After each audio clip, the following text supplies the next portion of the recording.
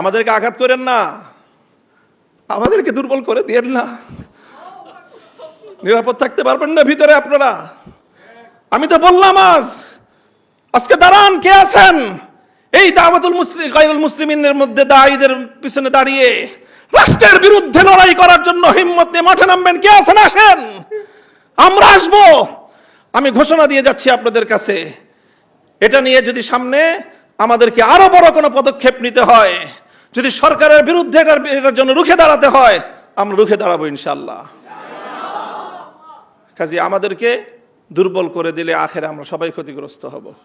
দেখেন, এখন একটা রাজনৈতিক বড় ধরনের একটা ইস্যু আছে এখন রাজনীতির। আমাদের বাংলাদেশে, আমাদের এই উপমহাদেশের 250 বছর 1753 সাল থেকে বা 1757 সাল থেকে আজ 2026 সাল, প্রায় 350 বছরের রাজনীতি। আমাদের আকাবের ওলামায়ে কেরামের ত্যাগ, কোরবানি, নজরানা, জিহাদ, অনেক রক্ত, অনেক জীবন, এই অনেক কিছুর বিনিময়ে আমাদের বড়দের একটা বড় একটা অর্জন ছিল। সেই অর্জন হলো 1947 সালে মুসলমানদের জন্য আলাদা ভূখণ্ড অর্জন। এমন একটা ভূখণ্ড, যে ভূখণ্ডে ইসলামী নিজাম হবে, নিজামে ইসলাম, শরিয়তে ইসলাম বাস্তবায়ন হবে। এই অঙ্গীকারের ভিত্তিতে 1947 সালে মুসলমানদের জন্য আলাদা একটা রাষ্ট্রের অভ্যুদয়। এটা হলো আমাদের 350 বছরের আমাদের পূর্বসূরি আকাবের ওলামায়ে কেরামের রাজনৈতিক সর্ববৃহৎ অর্জন। এটা আমার পর্যবেক্ষণ, অন্য কেউ দ্বিমত করতে পারেন। সেই 47-এর বিষয় নিয়ে আমাদের মহান দুই আকাবিরের মধ্যে নজরিয়াতি ইখতিলাফ ছিল। হযরত মাদানী রহমতুল্লাহ আলাই তখন ভারতবর্ষ জুড়ে মুসলমানদের নিরাপত্তার স্বার্থে তিনি ওইভাবে দেশটার বিভক্তি চান নাই, এই কথা সব আমরা জানি। কিন্তু যখন দেশ বিভক্ত হয়ে গিয়েছে, তখন হযরত মাদানী রহমতুল্লাহ আলাইহির মাওকিফ এটাই ছিল যে ঝগড়াঝাটি করে 2 মসজিদ বানানো ঠিক না, কিন্তু যদি মসজিদ দুইটা হয়ে যায় তখন কি করবেন? দোনো মসজিদকে আবাদ করা, দোনো মসজিদের মধ্যে নামাজ কায়েম রাখা, এটাই হলো মুসলমানদের দায়িত্ব। হযরত মাদানী রহমতুল্লাহের কথা এটাই ছিল। 47-এর পরে মুসলমানদের জন্য যখন আলাদা আবাসভূমি হয়ে গেছে, এখন সর্বশক্তি নিয়োগ করে ওই মুসলমানদের দেশে কিভাবে ইসলাম কায়েম করা যায়, কিভাবে নিজামে ইসলাম বাস্তবায়ন করা যায়, সেটাই থানভী রহমতুল্লাহ আলাইহির অনুসারীদেরও মেহনত, সেটা মাদানী রহমতুল্লাহের শাগরিদদের অভিন্ন মেহনত। 47-এর পরে আর কোনো ইখতিলাফ নাই। আমাদের এই অর্জন 47-এর, মুসলমানদের জন্য ইসলামের নামে আলাদা ভূখণ্ড হবে, সেই অর্জনকে 1972-এর ভারতীয় আধিপত্যবাদ দিয়ে সেটাকে গলা টিপে হত্যা করার চেষ্টা করা হয়েছিল বিগত 54 বছর পর্যন্ত। 1972 থেকে 2024 সাল পর্যন্ত 47-এর কথা কেউ বলতে পারতো না। 47 এটা একটা বাংলাদেশে নিষিদ্ধ বিষয় হয়ে দাঁড়িয়েছিল।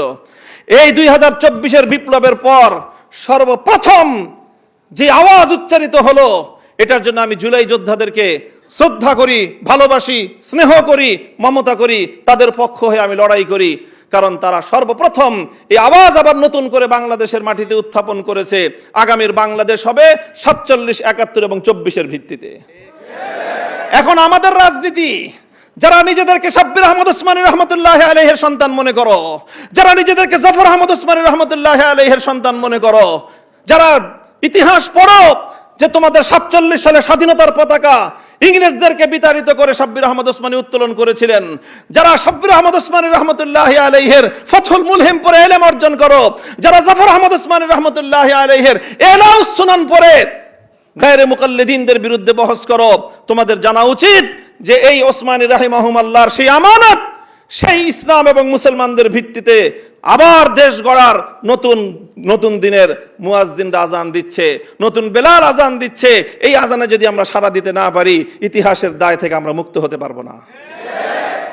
কাজেই 47-এর ভিত্তিতে নতুন বাংলাদেশ গড়বার যে আন্দোলন, এটা মাওলানা মওদুদী সাহেব এবং তার অনুসারীদের আন্দোলন না।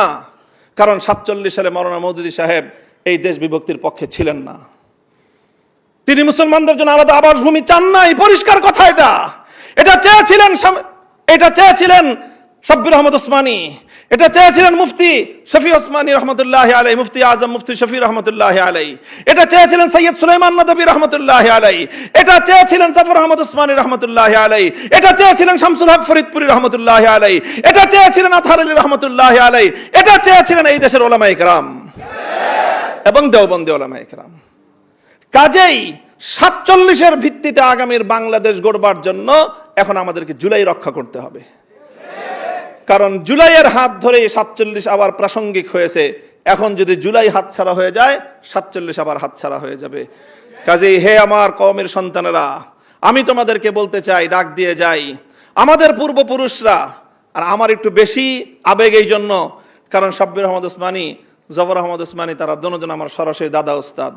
শাইখুল হাদিস রহমতুল্লাহ আলাইহির বুখারীর 2 জন ওস্তাদ, একজন জফর আহমদ ওসমানী রহমতুল্লাহ আলাইহি, আরেকজন শাব্বির আহমদ ওসমানী রহমতুল্লাহ আলাইহি। এটাকে শুধু আমরা আমাদের রাজনৈতিক বিরাসত মনে করি না, এটা আমরা আমাদের দ্বীনি বিরাসত মনে করি, ইলমি বিরাসত মনে করি, দ্বীনি আমানত মনে করি। এই বাংলাদেশের মাটিতে আবার নতুন করে এইভাবে 47-এর চেতনার ভিত্তিতে দিল্লির গোলামীর জিঞ্জির ছিন্ন করে ইসলাম এবং মুসলিম জাতিসত্তার ভিত্তিতে নতুন দেশ গড়বার এই আওয়াজ যেটা উঠেছে, এই আওয়াজকে পূর্ণতা পর্যন্ত পৌঁছে দেওয়া, এটাই হলো আমাদের রাজনীতি। আমি আমার কথা আর দীর্ঘায়িত করছি না, সকলের কাছে মাপ চাই, অনেক বেশি কথা বলে ফেলেছি।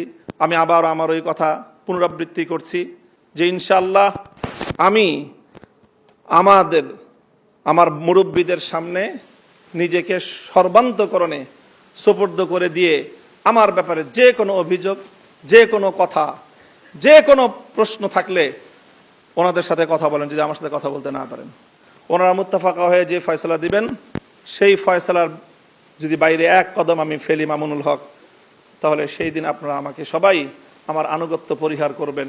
এটা থাকলে আপনাদের কাছে আমার বিশেষ অনুরোধ। আল্লাহ আপনাদের সকলকে কবুল করুন। বাংলাদেশের ওলামায়ে দেওবন্দ ইসলামের সঠিক যে মানহাজ, এটার যে আগে বাড়ায় নিয়ে যাচ্ছে, আমরা পাহারাদার হিসাবে হলেও এই মাসলাকের সাথে, এই মাশরাবের সাথে, এই ফিকরার সাথেই আমরা ইনশাআল্লাহ, আল্লাহ পাক রব্বুল আলামিন আমাদেরকে শেষ দম পর্যন্ত, জীবনের শেষ মুহূর্ত পর্যন্ত এভাবে লেগে থাকার তৌফিক দান করুন। আপনাদের সকলকে শুকরিয়া জানিয়ে রাবেদাতুল ওয়াইজিন বাংলাদেশের উত্তরোত্তর সাফল্য এবং উন্নতি কামনা করে আমি আমার কথা শেষ করলাম। ওয়া আখিরু দাওয়ানা আলহামদুলিল্লাহি রাব্বিল আলামিন। আসসালামু আলাইকুম ওয়া রাহমাতুল্লাহ। একটু 1 মিনিট। জাযাকুমুল্লাহু খায়রা। মোহতারাম ভাই মামুনুল হকের হৃদয়ের আকুতিগুলো আমাদের সামনে যেভাবে তিনি প্রকাশ করেছেন, আশা করি অনেক প্রশ্নের জবাব আমরা পেয়েছি। আমরা আমাদের একেবারেই শেষ মুহূর্তে আছি। এখন আমাদের আজকের প্রোগ্রামের সমাপ্তি ঘোষণা করবেন রাবেতার দুর্দিনের কান্ডারি, রাবেতার মোহতারাম সভাপতি হযরতুল আল্লাম শেখ আব্দুল বাসেত খান সিরাজি হাফিজাহুল্লাহ।